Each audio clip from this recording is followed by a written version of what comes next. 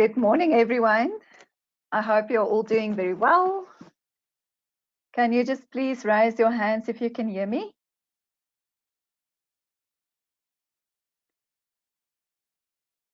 Okay, fantastic. I see there are still some people joining, so let's just wait a minute before we start so that we can see if others are also wanting to join.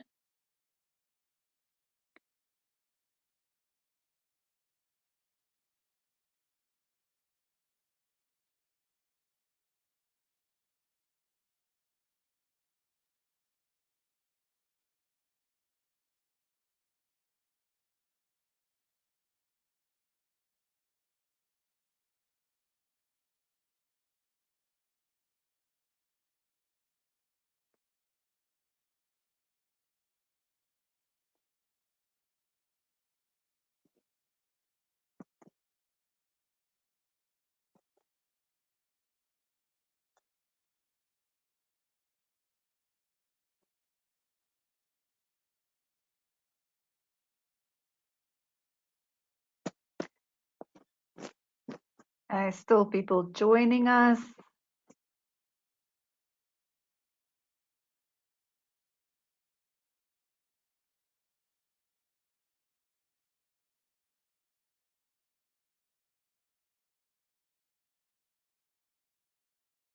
Okay, then I think we can start the session. Again, good morning, everyone. I'm Ilse Stickling. I'm the Education Specialist for History and Geography at MPOC.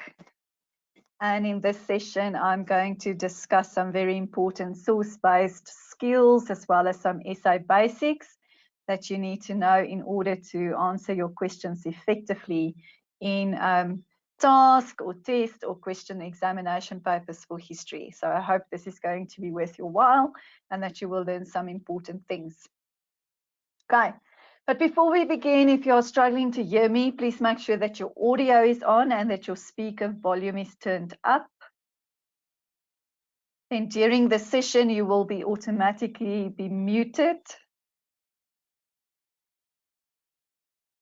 Then if you do have any questions, I'm going to talk throughout the session.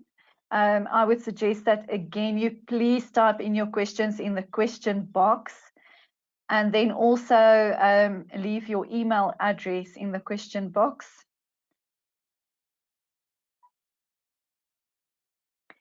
And on the right-hand side of the screen, there are handouts that you can download. Vir die Afrikaanse mense, die Afrikaanse PowerPoint notas is ook beskikbaar onder die handouts. So jy is welkom om dit daar te gaan aflaai.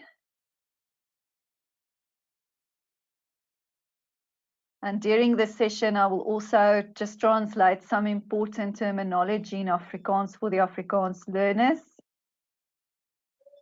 If you are struggling to download the documents, also just please leave your email addresses in the question box and then just type there in struggling to download so that we can just send you those handouts.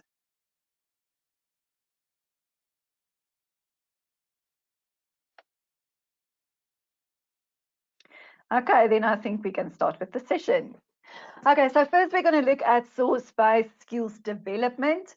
Now remember, in all your examination papers, you have 3 source-based questions and you have 3 essay questions. And in total of those 6 questions, you need to answer any 3 questions. So you can either answer 2 source-based questions and 1 essay, or you can answer 2 essay questions and 1 source-based question. Now, again, remember, this depends on your own personal strengths. Some of you do very well in source-based questions. Then it's advisable that you answer 2 source-based questions and 1 essay. And some of you are strong essay writers, and then you can write 2 essays and 1 source-based question. Okay, now it is very important in history that you also learn the skills on how to answer certain questions. Okay, so vaardighede is baie belangrik in geskiedenis. Dis nie net jou kennis nie, maar dit is ook die vaardigheid in hoe om sekere vrae in geskiedenis te beantwoord. So it's very important in history that you know how to answer certain questions. So we need to develop certain skills in history.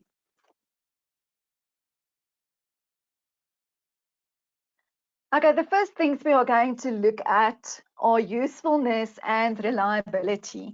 And I wrote it there, usefulness versus reliability, because many times learners get confused between these two words. So in Afrikaans is dit bruikbaarheid en betroubaarheid van bronne. En baie keer raak leerders te mekaar tussen die twee terme en julle skryf verkeerde antwoorde neer. Right. So you need to know the difference between usefulness and reliability so that you can answer correctly in a question paper and that you do not get confused between these two. So first up, we are going to look at the usefulness of sources. Okay, now we can ask you this in a number of ways, but the two most important ways we can ask this is the first one is to explain the usefulness of the source to a historian studying. So in other words, we just want you to explain why the source is useful to a historian that should study the specific topic that's being asked in the question. So you just have to explain why it is useful. Then we can also ask this question in another way. To what extent is the source useful to a historian studying whatever the question is asking?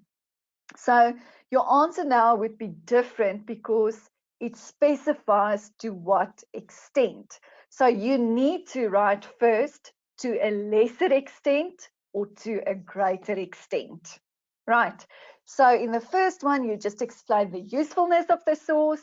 And then in the second one, you have to determine, can you use this to a lesser extent or to a greater extent? So again, you need to read your questions very carefully to know exactly what the examiner wants you to answer.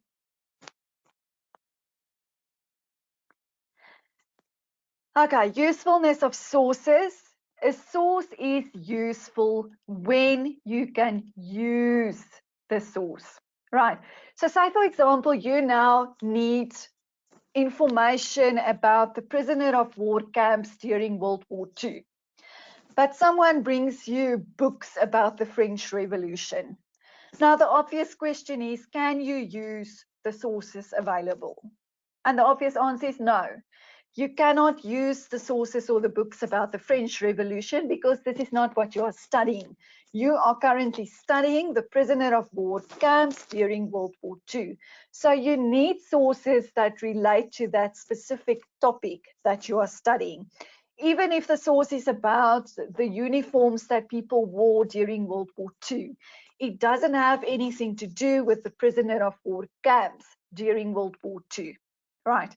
So in other words, for a source to be useful, you must be able to use the facts to answer your question or for the purpose of your specific study. Explain the usefulness. You will need to explain how the source is useful to your study with relevant examples. So in this specific question, I'm not asking you to what extent, I'm simply asking you to explain the usefulness of the source. How is the source useful to my question?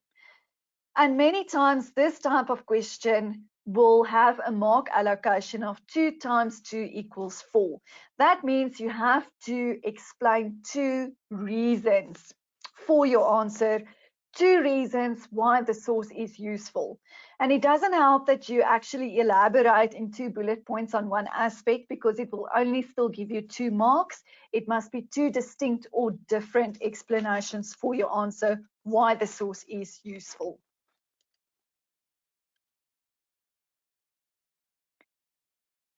Okay, now when it comes to what extent is the source useful? You can read through the source and then you can determine it for yourself, right? So do you think you can actually use the source? Is it of great value or does it have very little value to what you are actually studying? So if you feel that the source is not very helpful, it's not giving you a lot of information, the facts is not really linking to your question that much or so forth, you are requested to write to a lesser extent and then write your motivations. So for your motivations, you can then write, because there are limited facts available in the source, it's not directly answering my question, it only focuses on one aspect, or whatever reasons are available in the source, right? Or you can answer to a greater extent when the source has a lot of information, it's very helpful, there's a lot of factual content, and you can actually use the source to a great extent to answer your question, right? Now, it is very important that wherever you go with this type of question, to a lesser extent or to a greater extent, you don't get marks when you write to a lesser extent for that. You only get marks for your motivation, but you cannot get marks for your motivation if you don't write to a lesser extent or to a greater extent. The same with yes or no questions in history. In the FET phase, you obviously, if they ask you, do you agree with this or disagree, then you have to write agree. You don't get a mark for agree, you get marks for the explanations, but you have to write agree because the marker really needs to know from the start what is your perspective on this question, right? So the motivation plus the justified, not justified, useful, not useful, yes, no, or whatever. Okay, so that is very important that you take note of that. Okay, then for 2 times 2 equals 4 marks, you will again have to specify. It was what I just talked about in the previous slide. Then the same, if you look at the last paragraph there on the slide, the same for yes or no, agree or disagree, justified or not justified. You don't get marks for this, okay? But you do get marks for the motivations and the explanations. And you have to, unfortunately, also specify. So if the question asks you, was Hitler's actions justified in doing this? Then you can write justified and give the reasons for that. Or you can write not justified and give the reasons for that. But you need to write that in order again to get marks for your motivation, for your answer. Very important. Okay, so that was usefulness. Again, can I use the source? What is also very important that you need to know is that you can also use biased information. Okay, now biased information is one-sided information. We will still come to that. But if you, for example, want to study the impact of the World War on the psychology of people, post-traumatic stress disorder or something like that, then obviously you can use someone's diary. You can use someone's one-sided opinion to actually learn what they felt. Okay, but one-sided information or biased information cannot be reliable. It can be useful, but it cannot be reliable. Now, what is reliability of sources? Okay, now think of your best friend. And then you ask yourself the question, can I trust my best friend? Can I rely on my best friend? Okay, now the same with sources. Can you trust the information in the source to give you the correct facts? Right, so you must be able to rely on the source to give you valuable answers and correct answers. Right, now there's a number of ways to try and determine the reliability of sources. Sometimes this is a bit difficult, but there are ways in which you can determine the reliability of sources.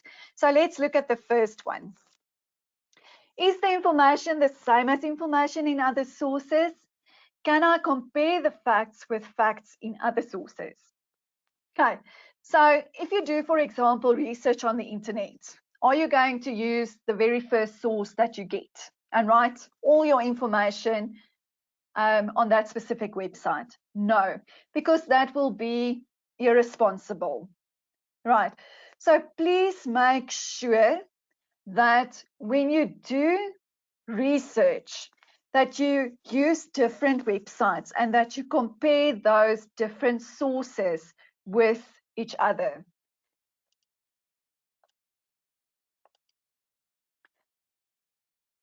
Can all of you hear me?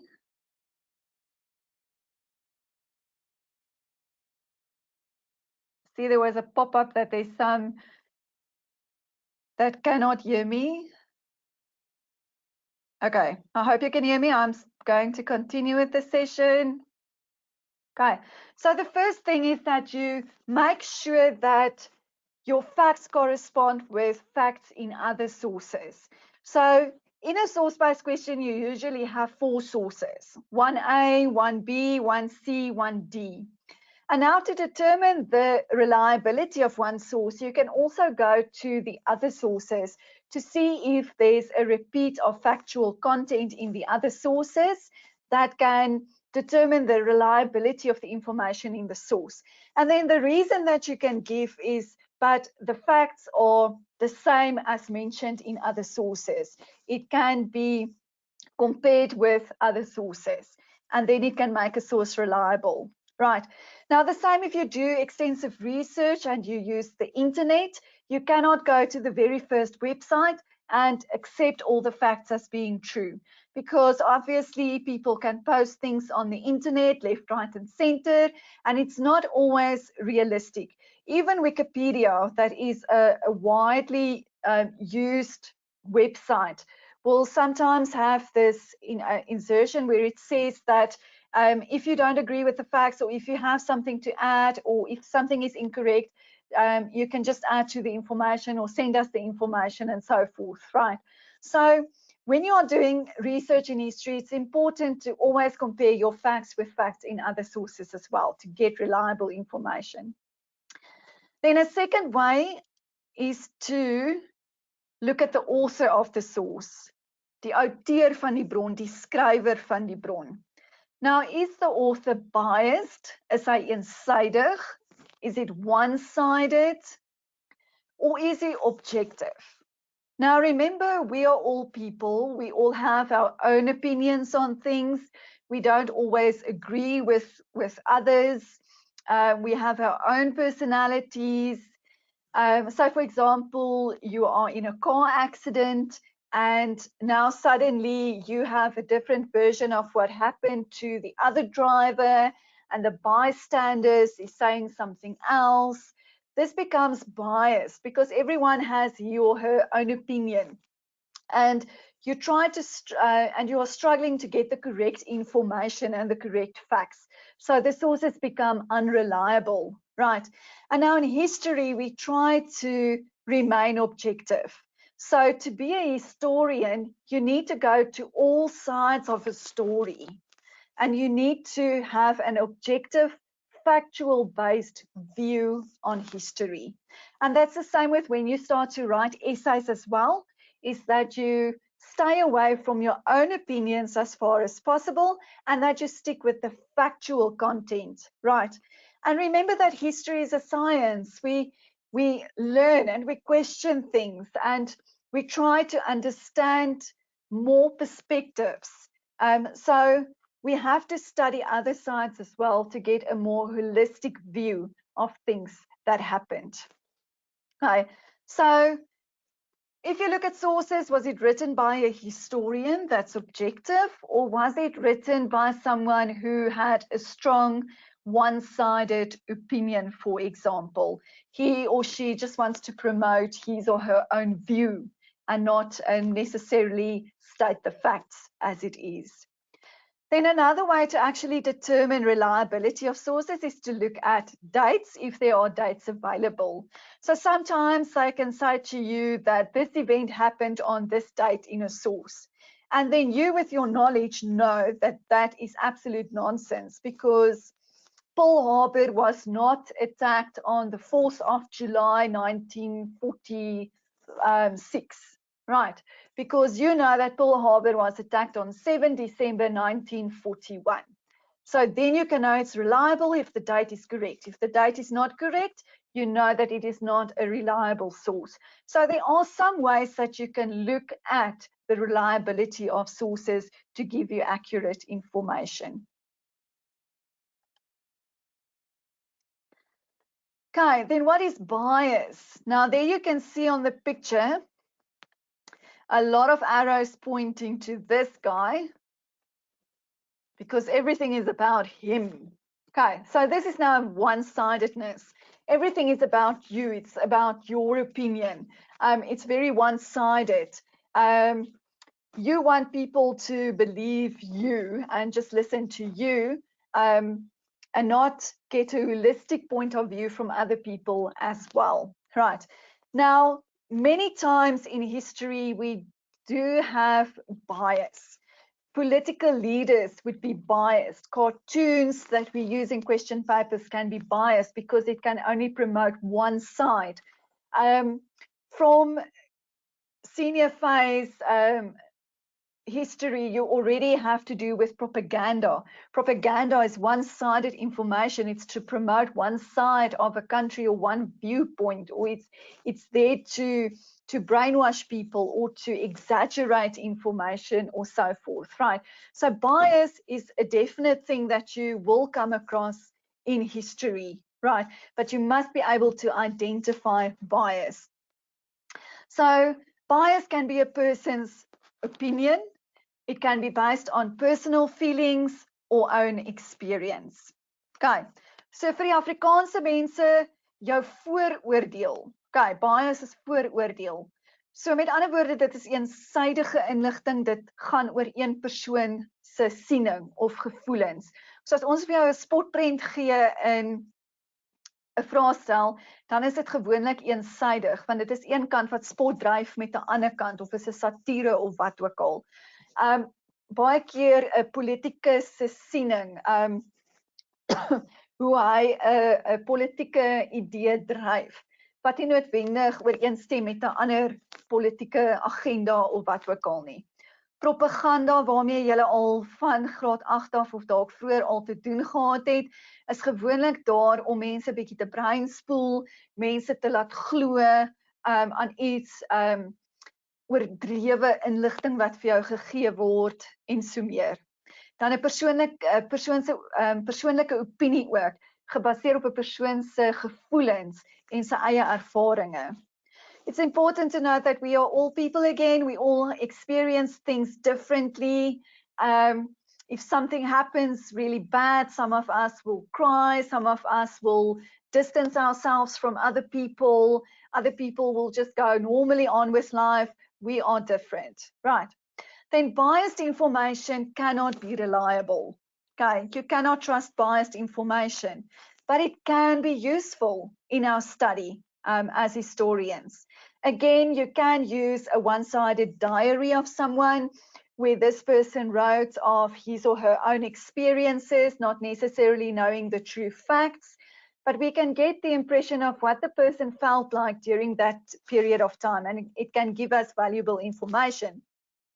Propaganda posters can be useful to us as historians because it can tell us to the types of lengths that governments went to actually promote certain ideas and how they were able to persuade people to do things and so forth, right? But it cannot be trustworthy. So I want you to think about 3 movies. I'm not sure if you have watched these movies, but there's a movie, Pearl Harbor. Most of these movies are based on some factual content, but mostly also fiction mixed up in these movies. But think about watching Pearl Harbor, and it's all about the Americans and how the Americans experienced the bombing of Pearl Harbor. And you immediately start to side with America.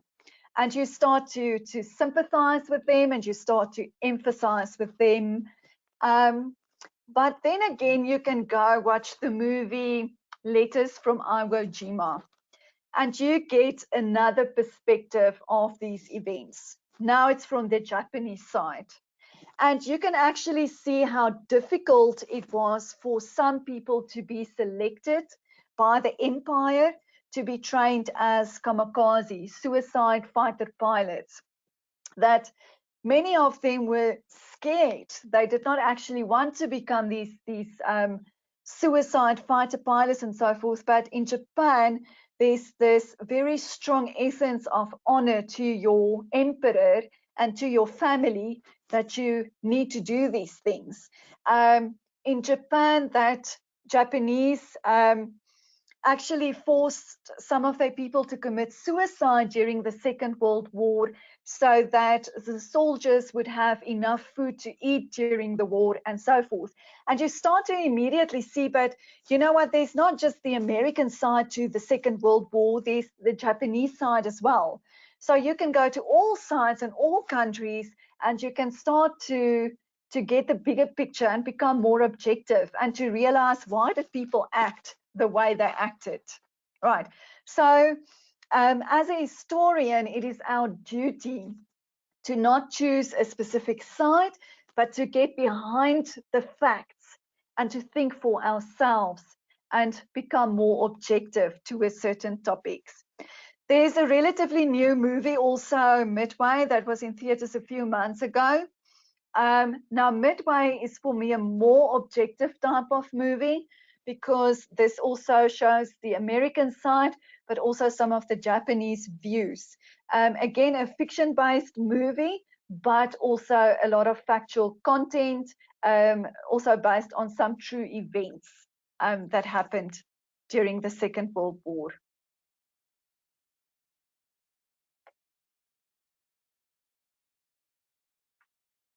Okay, paragraph writing. So this is one thing that a lot of you struggle with and a lot of you lose marks with writing paragraphs. And there are simple reasons for that. Some of the reasons, many of you just don't write the paragraphs. You feel it's a waste of time or you don't have enough time. You rush through the question papers. It's 8 marks that you are throwing away. So it is a good idea to actually write your paragraph, right? And then in grade 10 to 12, there are no more excuses. You cannot write separate sentences and expect it to be marked as a paragraph.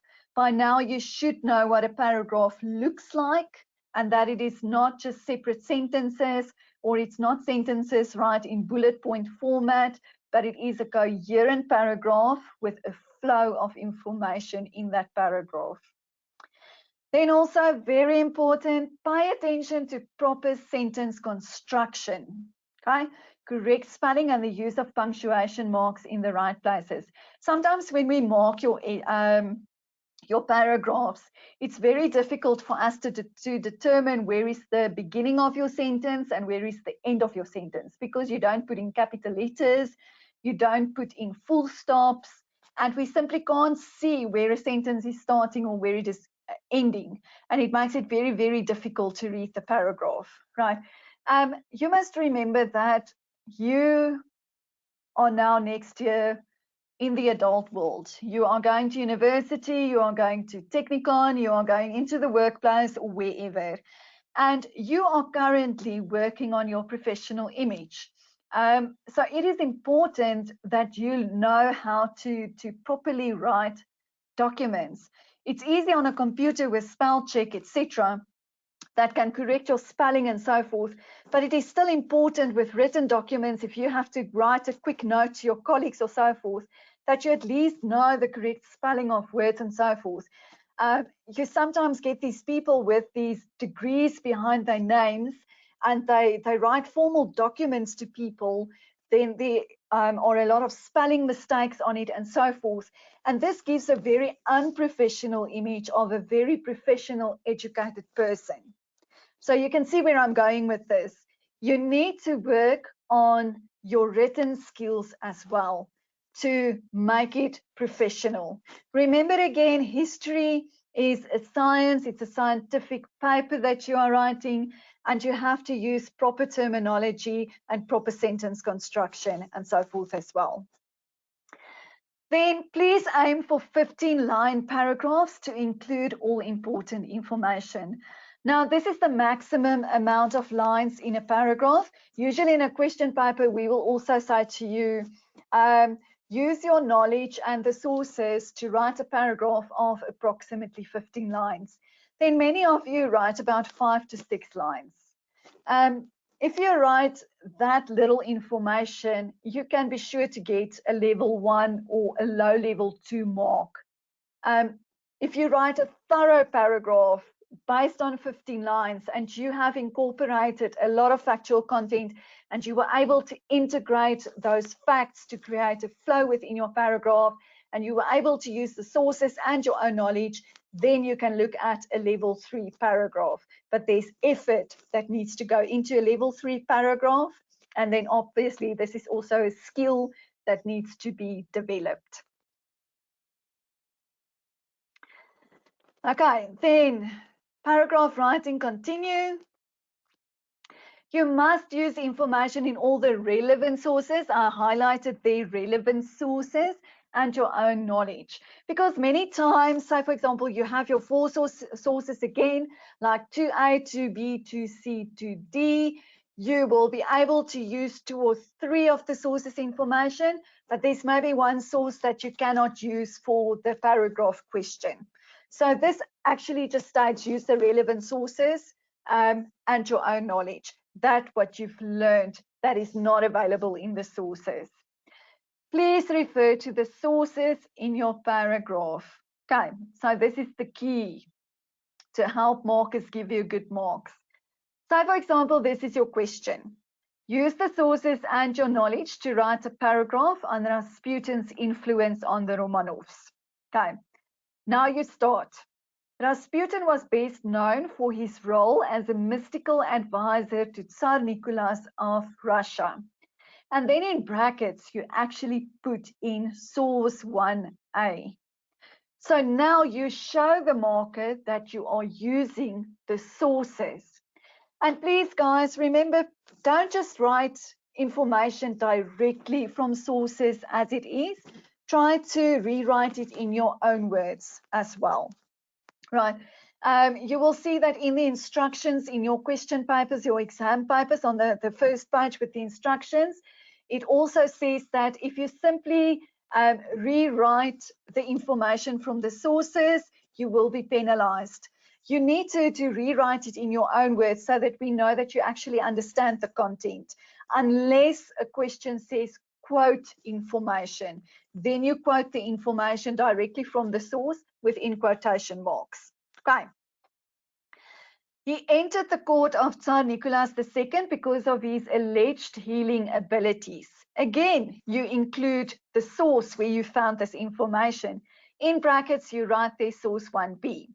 But now you know you cannot just only use the sources, you have to bring in some of your own knowledge as well. So now you write your own knowledge. Empress Alexandra believed that Rasputin could heal their son, and his influence at the time was limited. You don't have to write in brackets now own knowledge. You can just write the sentence and put a full stop there. Okay, so if you refer to something within a source, put the source in brackets. If it's your own knowledge, don't write own knowledge in brackets. Just end the sentence with a full stop. The marker will know it's your own knowledge that you presented. Right, but please again make sure that you write at least the full paragraph of 15 marks, that you include a variety of facts, that you use all the relevant sources, your own information, and that you also refer to the sources within your paragraph. And again, very important, create a flow of information in your paragraph so that you don't confuse the marker and the marker is actually wondering what is he or she trying to say. This is not coherent, it doesn't make sense. Okay, so make sense for the marker.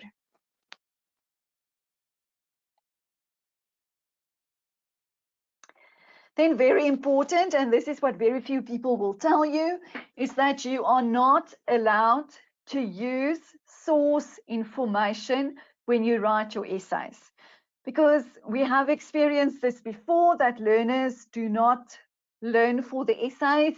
They might strike a blank during an essay, not knowing what to write, and then suddenly they go to the source-based section of the question paper, and they simply start to rewrite the sources in the essay. Okay, you are not allowed to do that. That's cheating. Okay, so we actually want to see in an essay that you've studied and that the content is actually relevant to the essay, because mostly the sources or the information in the sources will not be relevant to the essay question as such, right? So please refrain from using information in sources when you write essay questions. Then also important with source-based questions is that you look at your mark allocation, because a lot of you actually know your content, but you don't write according to the mark allocation and you throw away marks. It's very, very important that you look at your mark allocation. Okay, so let me explain to you the mark allocation that we use in history. So first up, we will have a simple mark like 1 times 1 equals 1. This is something like name, identify the person in the picture. It's something that requires one short answer for 1 mark, right? So when it says 1 times 1 equals 1, one short answer is efficient. We don't want to read a paragraph and look for that 1 mark there. Okay, so just make sure there is a brief 1 mark that we can mark. Then also please remember that if we ask you 2 or 3 things and you give 5 or 6 things, we are not going to choose the correct answers within those 5 or 6 options that you have provided. We are only going to mark the first 2 or 3 answers. If the question counts 3, then obviously the first 3 answers. We will not look at number 4, 5, and 6 and select the correct answers. So stick to the mark allocation and don't give options, because the markers are trained not to look at the options, only to mark the first answers given. Then define, explain, briefly discuss. This will count a typical 1 times 2 equals 2. So this is a brief description that you need to give, or a definition that you need to give. So it's usually one fully written sentence in which you explain a concept, right? So you're not again going to write a paragraph. You're not going to simply name something, but you're going to briefly explain something for 2 marks in a full sentence.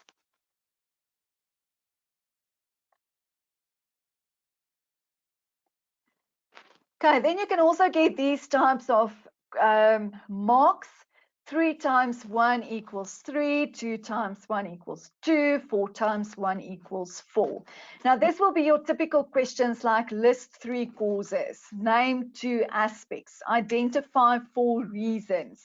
Okay, now this, for example, would be a 3 times 1. So, for example, identify the 3 long-term causes of the French Revolution.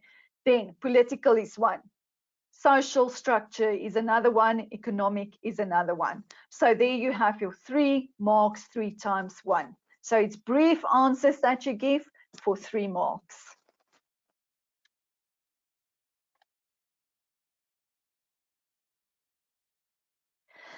Now, a very important mark where a lot of you unnecessarily lose marks is the 2 times 2 equals 4. Okay. Now, this can be to compare sources with one another, like how does source 1A support 1C? Explain, discuss, analyze, evaluate, whatever.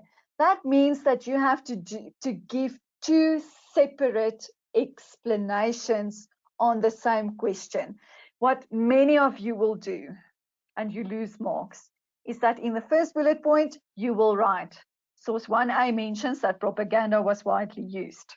And then in the second bullet point, you will write source 1B shows a propaganda poster. Do you think we can give you 4 marks? We can't give you 4 marks. We can only give you 2 marks because it's one comparison that you made. You made one comparison between 1A and 1B, although in 2 separate bullet points. But you need to make 2 different comparisons.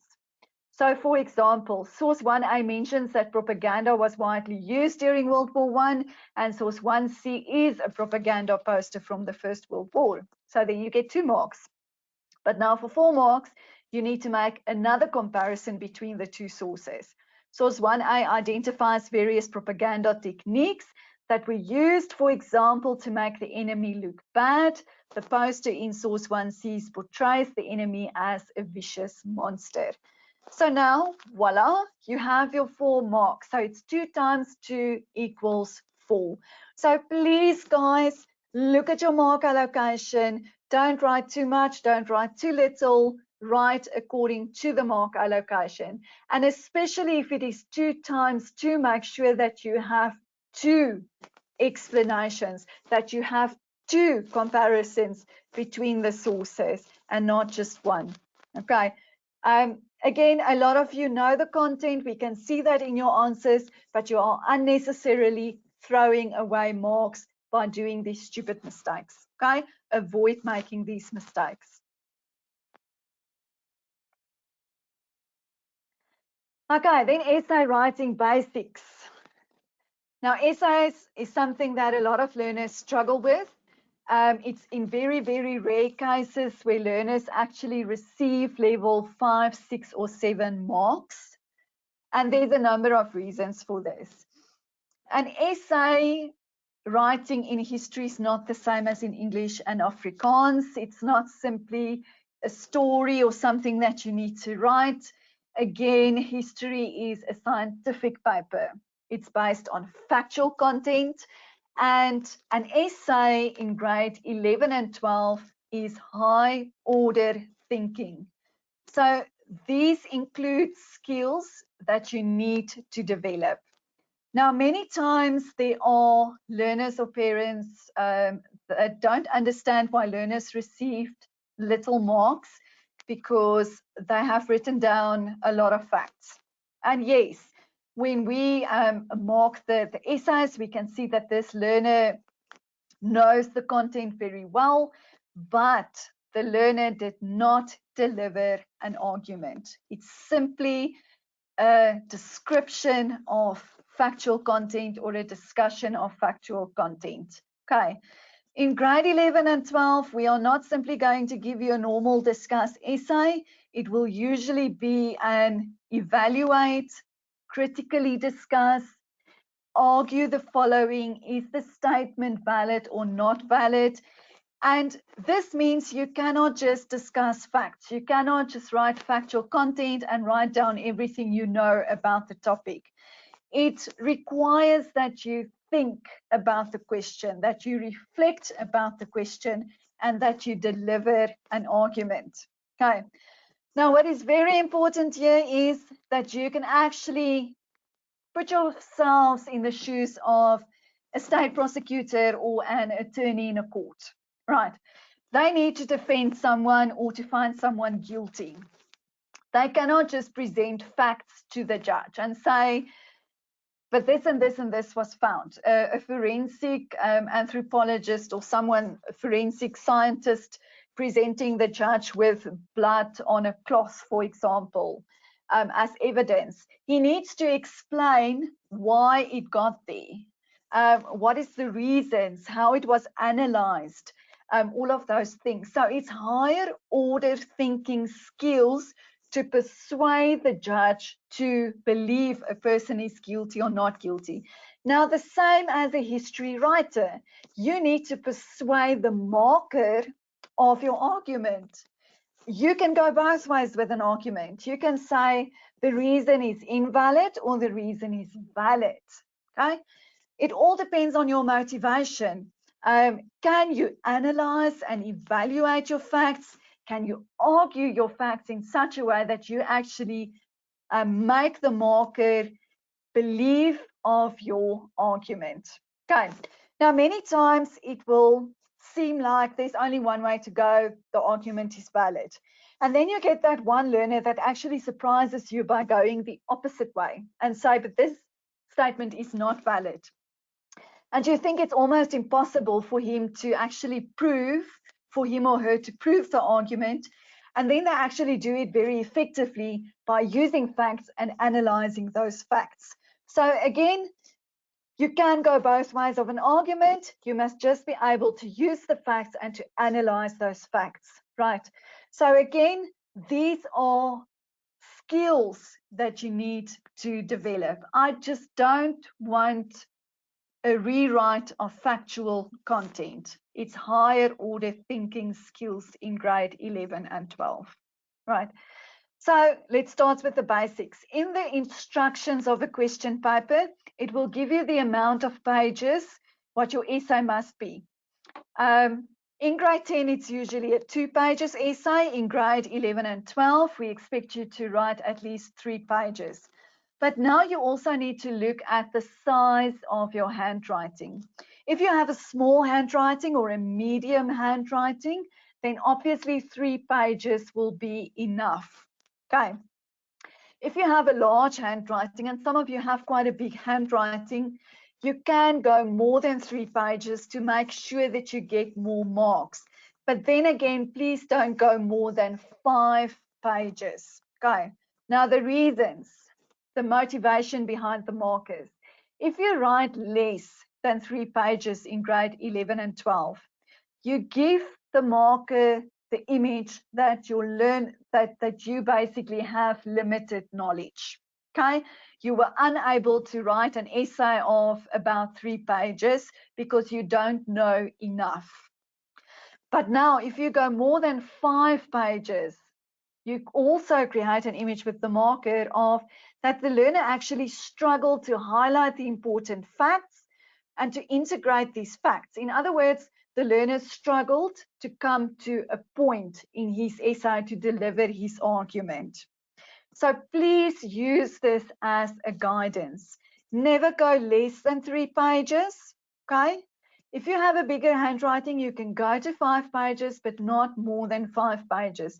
You need to know how to select the important facts, what you can include in your essay, what you can leave out in your essay. And then also, how are you going to integrate your factual content and so forth. Avoid irrelevant information, stick to the question. Read your question very carefully. A lot of us are guilty here because many times you're so overexcited that you actually just see 2 words in the question, and then you think you know the question and you start to write the answer. And then once you are done and you actually walk out of the venue and again you read through the question paper and you see, oh my word, what did I just do? I did not read the whole question. I just focused on these 2 words, so my answer is going to be incorrect. Okay, it's a lesson that is learned too late. Make sure that in the question paper you properly read your question and that you just sit for a minute or 2 and you reflect on the question. What is the examiner asking me? How should I actually encounter this specific question? So it's very important that you reflect on your question, right? Then also look for dates or a time frame in your question. Say, for example, we ask you something about the Cold War, and we ask you to explain events between 1971 and 1989. And now you start to write your essay from 1945 onwards. So all that information between 1945 and 1970 will become irrelevant. Okay, so in other words, we are not going to mark that. We now know that you did not read the question. You are unable to actually come to the point and answer the question. So if there is a date in the question, make sure that you stick to that specific date or time frame within the question. Then also use your time available effectively. Now, I have also invigilated a few years ago at an impact center, and one of the things I witnessed there was that grade 12s write maybe a history paper in 40 minutes and then they leave. You have 3 hours, and you have 3 hours for a reason, right? Each question, you have 3 questions, and each question counts 50 marks. It's impossible to write in 40 minutes and get out of the venue. It gives the image that you don't know anything. Okay. If you have a lot of knowledge, You will obviously write a lot of information and you will take time to reflect on your questions. Remember also, don't ever feel pressurized by people leaving a venue and you are still the only one writing there. You are not impressing them. It's not, their future is not your future. You need to focus on yourself, right? So please, guys, use your time effectively. Then also before an essay, you have enough time. Take 5 or 10 minutes just to do a quick mind map that can help you in your answer book. With a little cloud in the middle that says the topic. And then the first leg out is the introduction. And then you list a few words that you're going to put in your introduction. The second leg out is what you're going to put in the first paragraph, then the second paragraph, third, and it continues like that. And this also helps you to come to a point where you have written your essay, it's finished, and now you realize that I left out some very important information and there's no space to actually put that information in. And it will also look very bad if you actually put that in a separate paragraphs when the essay is finished and you write there to the teacher, this should be between paragraph 2 and 3 and so forth. That's very unprofessional. Okay. So rather do a brief mind map, do planning beforehand so that all of these unnecessary things that can be problematic can be avoided.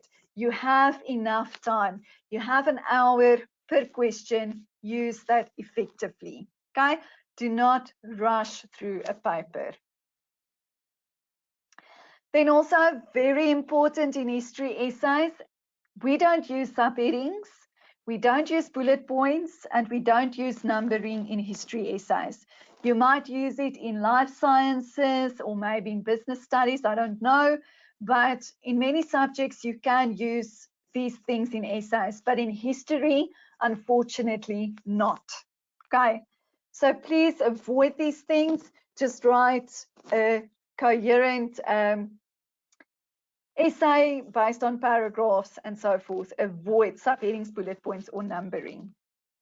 Then you must have an introduction paragraph. Your introduction paragraph can be a bit shorter than the rest of your paragraphs, but when you write your introduction paragraph, think of a book that you want to read. So for example, you go to CNA and you pick up a book with a nice cover, it draws you. And then you turn to the back of the book for an explanation of the content of the book. And now suddenly you are not interested anymore because this is a bad description of the book and you put it back. And then the next book you pick up has a very good, interesting description in the back, and you actually want to read this book. So you're going to buy this book. Now, the same with your introduction. You need to aim for an introduction that actually creates curiosity with the marker or the reader to actually want to read the rest of your essay. It's very important that your introduction paragraph creates that feeling towards people that this is going to be a very interesting essay. I actually now want to know what this person is going to write about this topic. Okay, so again, this is a skill that you need to develop, right? So you can start writing introduction paragraphs, give it to your parents at home or to your siblings at home to read, and just ask them, by just reading this introduction paragraph, do you think you want to read the rest of the information? If they say no, then you know you need to practice some more. Okay, until you can create that sense of curiosity where people actually want to know more. Then you must also have a body with paragraphs. That means that you need to leave lines open between paragraphs. Okay, a lot of you don't do that. We don't know where's the introduction, we don't know where's the conclusion, we don't know where one key point is separated from the next key point, because it is just one long writing and it's not a formal essay structure. Okay, so please avoid that. And again, for the rest of your paragraphs, aim for at least 10 to 15 lines so that you can elaborate effectively on a key point in a paragraph. Again, also like in paragraphs in the short-based questions, proper sentence construction, good spelling, and use of punctuation marks. Remember, you are in grade 12. Okay, I'm thinking now of my own son in grade 2. His homework clearly stipulates that in grade 2, you are now big, so you should be able to write a sentence with at least 6 words. Now, you can imagine what you are capable of in grade 12. So don't write short sentences with just a few words. Don't make the examiner question what you're trying to say. Don't make the examiner question where your sentences are starting or where it is ending or so forth. So please just make sure that you pay attention to your grammar, your sentence construction, your spelling, punctuation marks, and all of those things as well. You are professional. Okay. Then also very important, some of you also struggle with this, please focus on one key point per paragraph. Some of you force 10 facts into one paragraph, and it's very difficult to know what you're trying to say. So focus on one fact per paragraph and explain that fact. And then you make sure that that one key point or fact that you focused on links with the next key point in the next paragraph to create a flow of information. Very important. Also very important to take note of is that a history essay must follow a chronological order. You cannot start with 1989 and then in the next paragraph drop to 1960 and then go to 1971 and then go again to 1950. It needs a chronological order of events so that it can actually explain the events in the correct order of events that happened.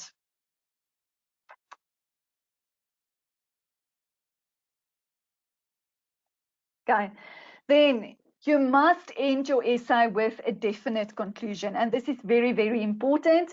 A lot of you don't have clear conclusions, so we don't know if you are actually ending your essay.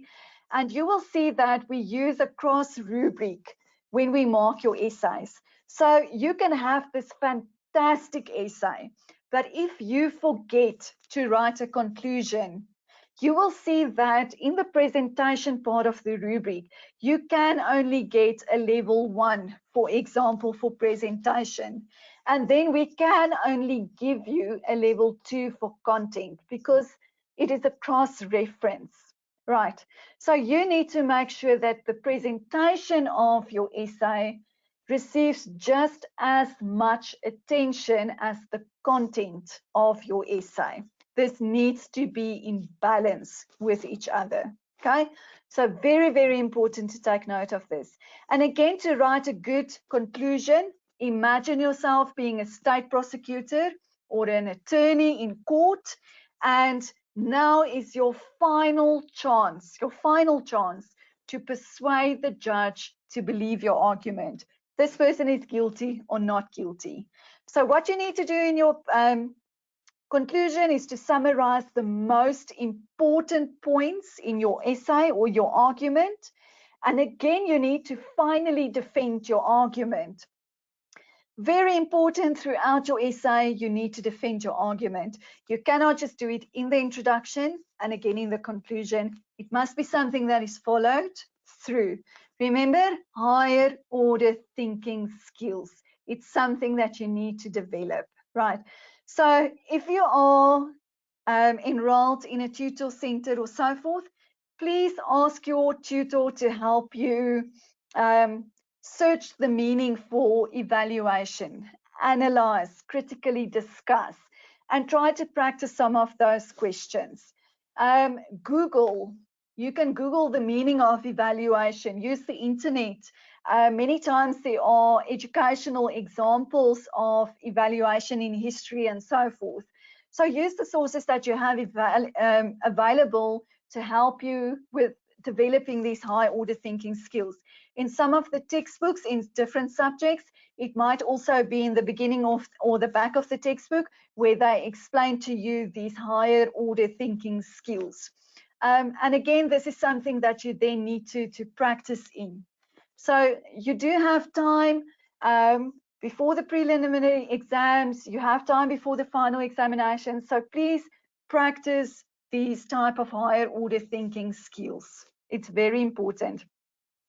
Secondly, on this slide, it says there, please avoid words such as, use the wrong one there. Please avoid I, we, us in an essay. Okay. Many times you will write these words in an essay. You were not in the Second World War. Okay. You were not in apartheid South Africa in 1960 because you were not born yet. You were not in the Cold War in 1979 because you were not born yet. Right, you did not experience these specific events in the textbook and so forth. So please stay away from these words. You were not there.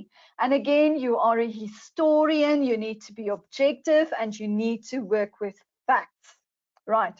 So again, it is more effective to start an essay with the statement made is valid because, and you continue with facts, or the statement made is invalid because, and you state your facts. Okay, if you look at these words, this essay is about, in this essay, I will. It sounds like an essay that a grade 4, 5, 6, 7 learner would write.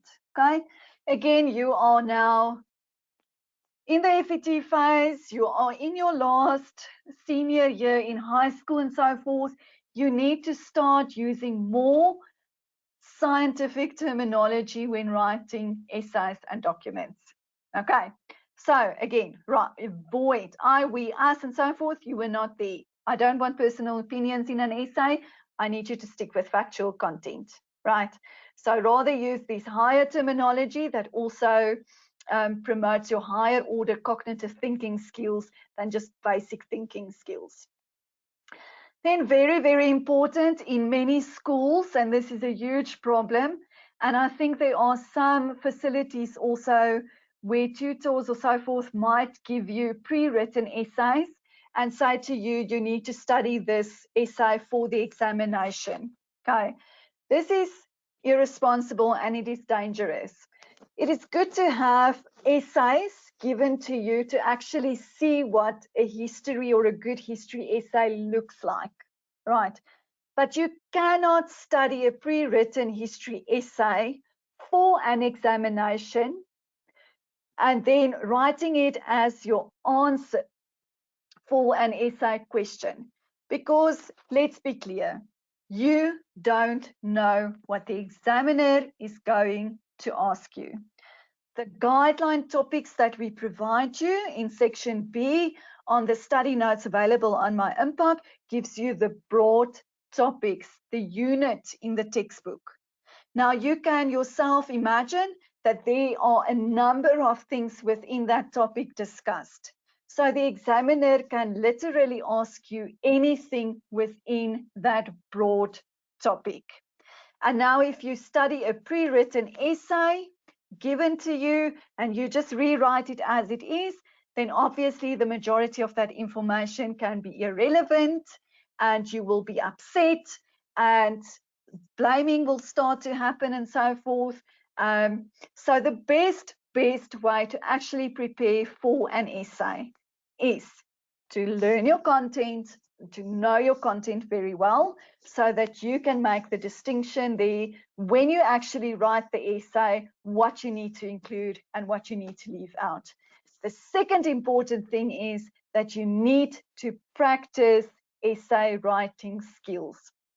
Okay, for those of you enrolled at Impact, you will see on my Impact on the study notes, I've also given you this year a website link, Wiki How to Write a History Essay. That is actually written by someone who has a master's degree in history, and they obviously know the science behind history essays. And they also use pictures and so forth to help you just learn some basic skills, important skills on how to write history essays. That can be very, very helpful. Okay, so again, in grade 12, it is essential that you actually just learn your higher order thinking skills.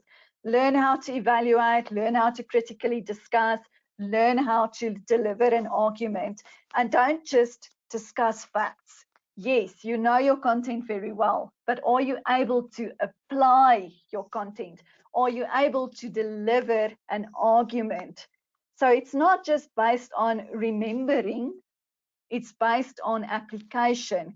We actually want to test that you can actually think for yourself, that you can actually apply the knowledge that you have learned. Okay, then finally, again, develop these higher order thinking skills. I'm not going to elaborate on that again. So please make sure that you analyze your topic thoroughly for an in-depth look. Make sure that all your factual claims and so forth are supported by evidence throughout, and that you argue throughout your essay, that your argument is not just made in the introduction and in the conclusion, but throughout. Okay, so this is very, very important. Okay, so then grade 12, that was my session for today. I hope this really helped you for the preparation and so forth for the, I don't know if there's going to be a prelim exam, but hopefully, and then an end exam, that this will help you and that you now have time to actually also effectively practice these skills.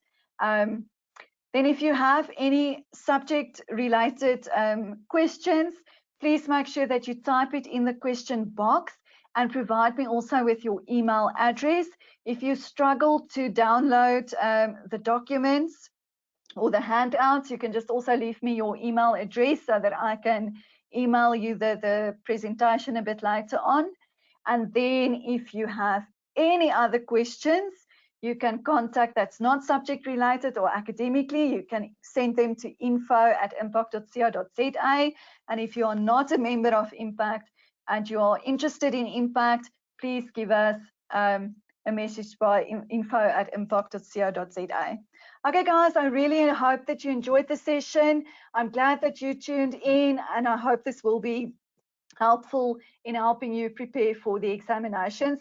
You must have a really, really good day further, and good luck with the rest of the lockdown. Bye. Dankie, Charlene.